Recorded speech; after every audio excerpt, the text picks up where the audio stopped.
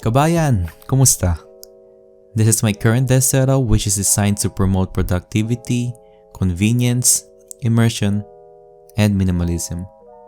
Lahat ng nandito ay kulay itim kasi I love movies and I love the movie experience, kaya I brought it to my desk setup.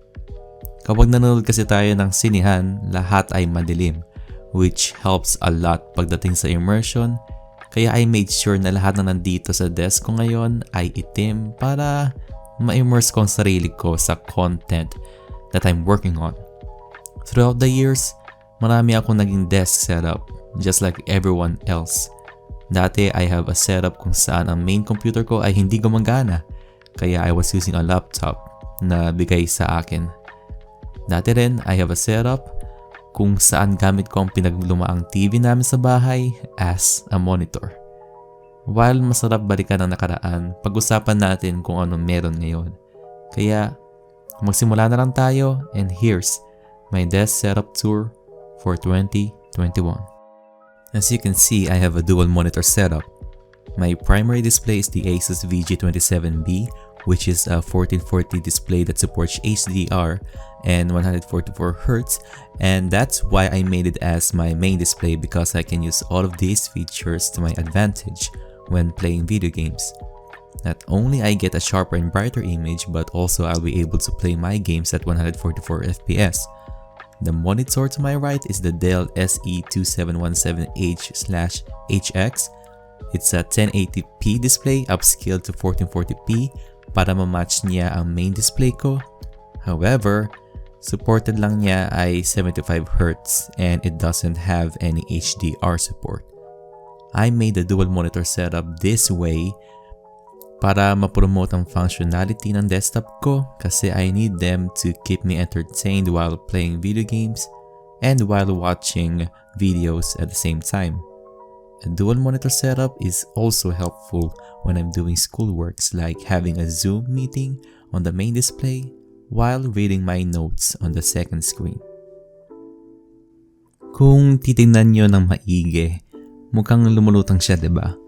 Well, both of them is being held by this dual monitor arm which I got from Amazon called the Huanuo dual monitor stand mount.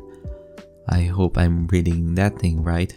You have to assemble it from the mail and it holds onto your desk via a clamp with the other option of using screws.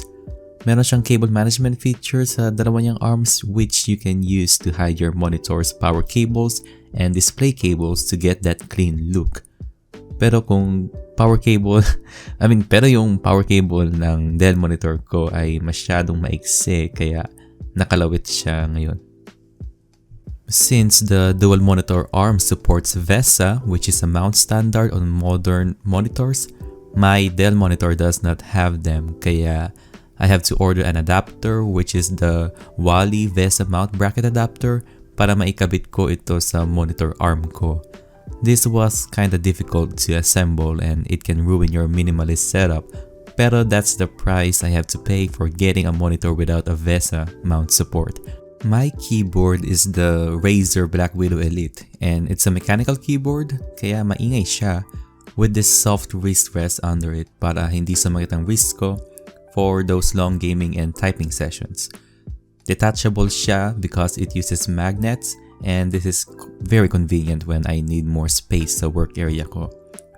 Meron siyang media control sa top right where you can control your media. Itong bilog na ito ay isang scroll wheel para makontrol mo ang volume ng computer mo and you can press the middle button to mute it. To my right is the Razer Death Adder Elite.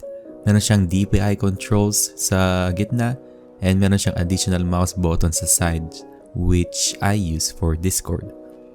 And mouse mat ko naman ay yung first generation na Razer Firefly and I really love this one because maganda ang build niya, flexible, and hindi madaling madumihan. The best about this thing ay yung lighting function niya. And yes, these three peripherals ay Razer kasi they all support Razer Synapse which can be used to customize everything about these three, especially their lighting.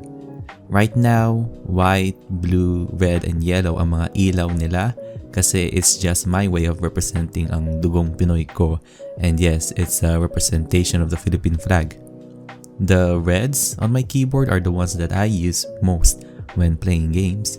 The blues ay yung ginagamit ko rin sa games pero secondary buttons siya for secondary features like bringing up the inventory, the maps, the mission objectives, etc. The yellow ones naman ay mostly for work and school related stuff. Puti naman ay neutral.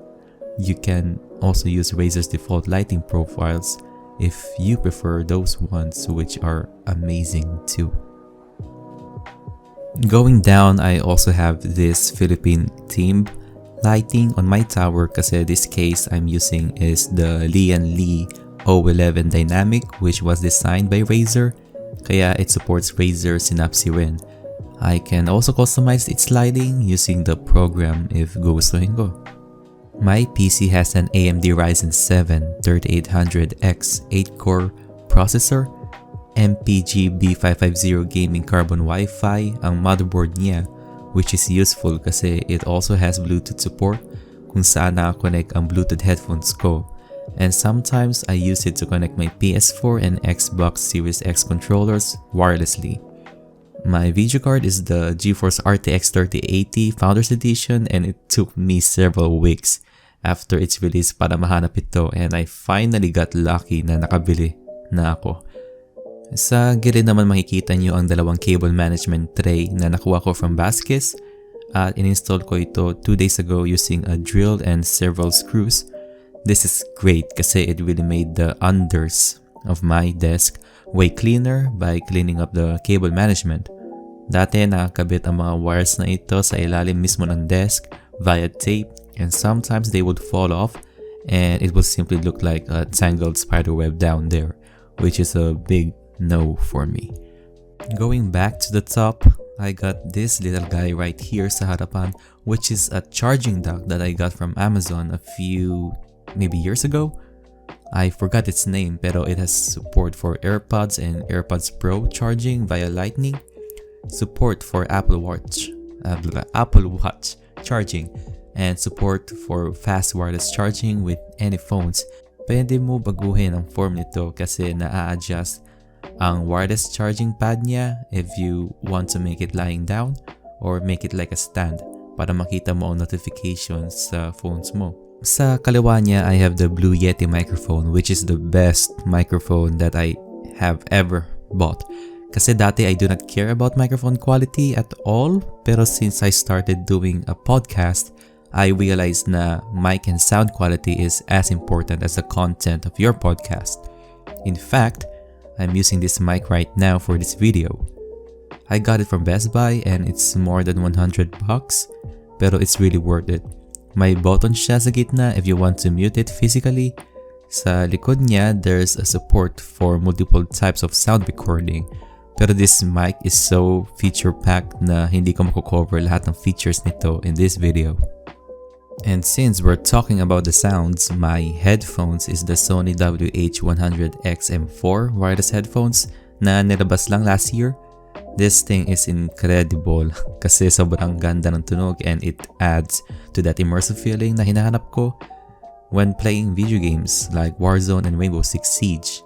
And it's helpful for hearing subtle footsteps which can actually give you an advantage while playing the games. Meron siyang noise cancelling and you can turn it off by just placing your palm on the right side para marinig mo ang sinasabi ng kausap mo just in case may kausap ka. I can also use this one on my phones and other devices if I want to, pero it's mainly for desktop use.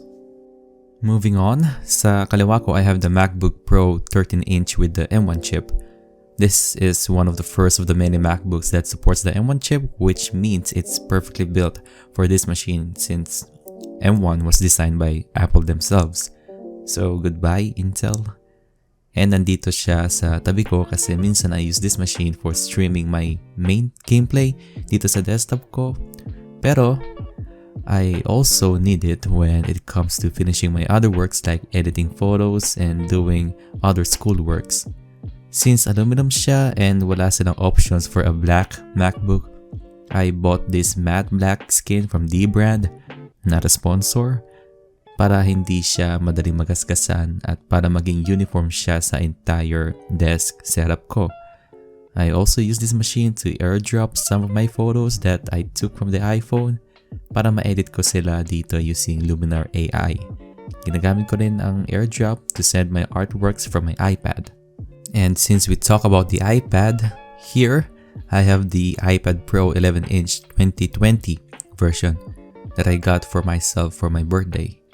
I use it mainly for doing artworks, jotting down notes while in a Zoom meeting, media consumption, and reading my comics and manga. Along with it is the second generation Apple Pencil, which charges wirelessly via magnet on the top of the iPad Pro.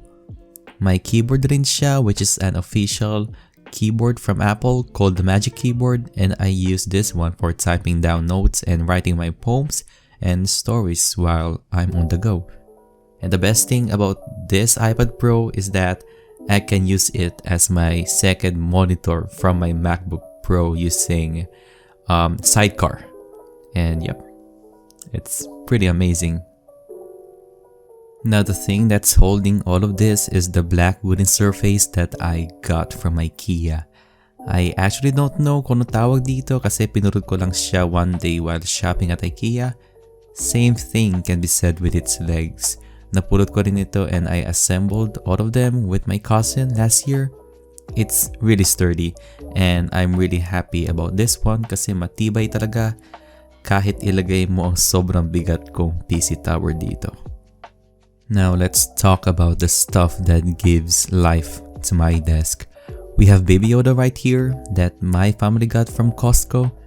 I might replace him with a desk plant, but I think Baby Yoda will stay here because it shows more of my personality sa setup ko.